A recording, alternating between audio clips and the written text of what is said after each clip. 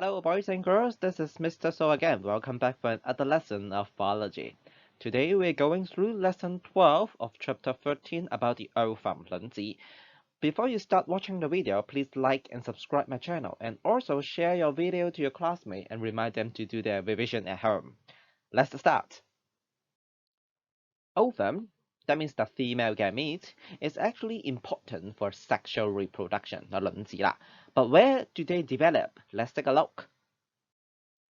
As we know, ovum or the egg is developed in the ovary 卵巢. And if you want to know about the details of an ovum, 一個卵子啦, you must first understand what is a follicle first. All females, they are bonded with about 2 millions of follicles in their ovary, 個卵泡啦. So each of the circle in here, let me use a better color. Okay, each of the circle here, they are the follicle. Each of the follicle, it contains a immature ovum surrounded by follicle cells. Let's take a look at this tiny circle over here. This is what we call a follicle. Let me make it bigger for you like this. What I'm drawing in here now, this is a follicle, 卵泡. And at the center here, you actually have an immature 未成熟嘅 ovum 卵子. When a female reaches the age of around 11, 12, or even earlier 10, at around puberty, 我哋叫青春期.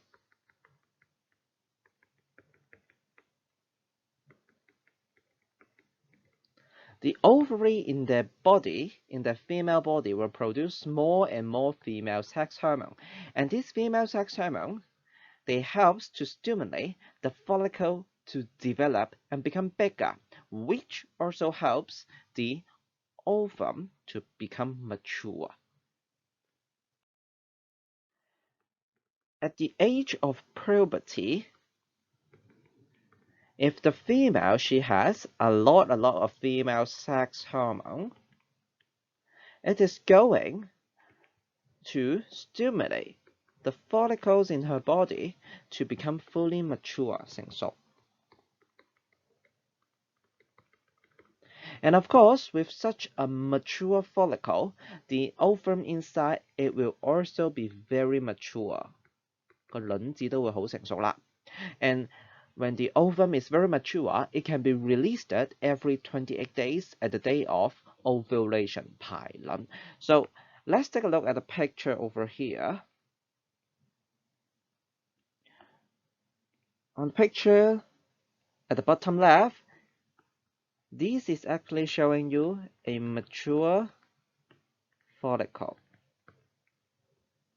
And then at the center here, this structure in here is actually a mature ovum. And once the follicle become mature and the ovum also become mature at every 28 days, you will have a process called the ovulation. Chinese 排卵. And let me tell you, for a female, around 400 to 500 ovum will be released in the reproductive cycle of a female before she reaches the stage of menopause, 更年期. Given that for a normal female, she is going to release 400 to 500 ovum in her life, can you now, using such information, to explain why the female, they are going to have a process called a menopause, or 更年期 in Chinese, or some people call it 停經?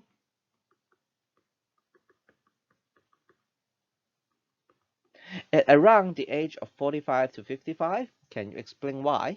Okay, give you an information. 停經, menopause, stop. That means 停止排卵 as well.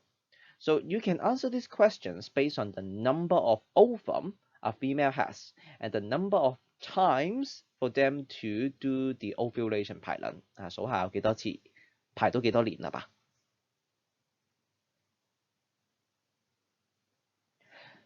So how do you tackle such question is that, for example, now if a female has, let's say, 450 ovum in the ovary, how many years will she do the ovulation? 究竟排卵排幾多年呢？ So the idea is very straightforward. You just do 450 divided by 12. Then you will know how many years is she going to remove the ovum. The answer is 37.5 years. 原來佢排卵呢，排足37.5年嘅。So when will a female start to release their ovum every month? When will they start puberty? 幾時開始青春期啦？ So it should be around, puberty starts at around, let's say 12 當12歲啦。Then if your puberty starts at 12，開始排卵嘅第一次係12歲，然後你要排足37.5年，咁你去到邊一個年數排晒所有卵，唔好再排咧。So you should just add them together. For the time of menopause，更年期啦。Using the information from here, you just add them up. You should get around 49.5 year old。原來49.5歲咧，呢個女人咧就會更年期停經啦，唔再排卵啦。So this is the reason why most of the female they will have the menopause or 停經 or 更年期 at the age of around 45 to 55。大約呢個年紀咧，佢就唔再開始排卵㗎啦。And now let's take a look at the structure of an ovum. The ovum at the center, it has, of course, the nucleus with the haploid number of chromosomes, halved just one end. For the ovum, it also has a very, very, very, very big cytoplasm, which has a lot of food reserve, 食物嘅儲藏啦, for the early development of the embryo. So we will say that the ovum is the biggest human cell we can see in our naked eye. Surrounding the cytoplasm, of course, you have the cell membrane.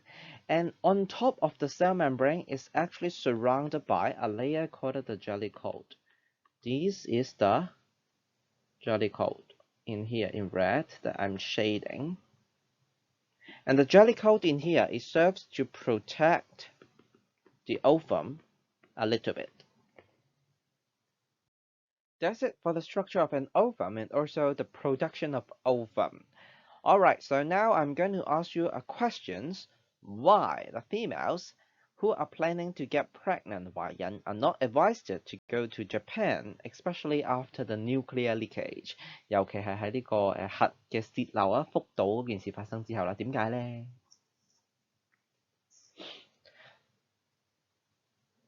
And the reason is because for the female, you are going to use the ovum in your body to make a new baby, right?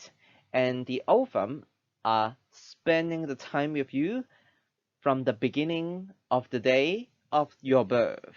If you go to Japan, the ovum in your body will also be radiated, 係會被呢個核照射到嘅，輻射照射到嘅。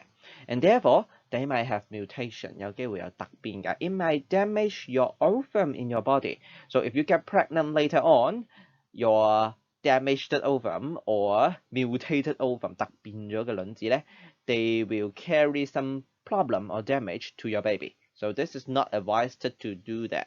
So if you are planning to get pregnant, do not go to the place with high radiation. 唔好去嗰啲高輻射嘅地方啦，女士們。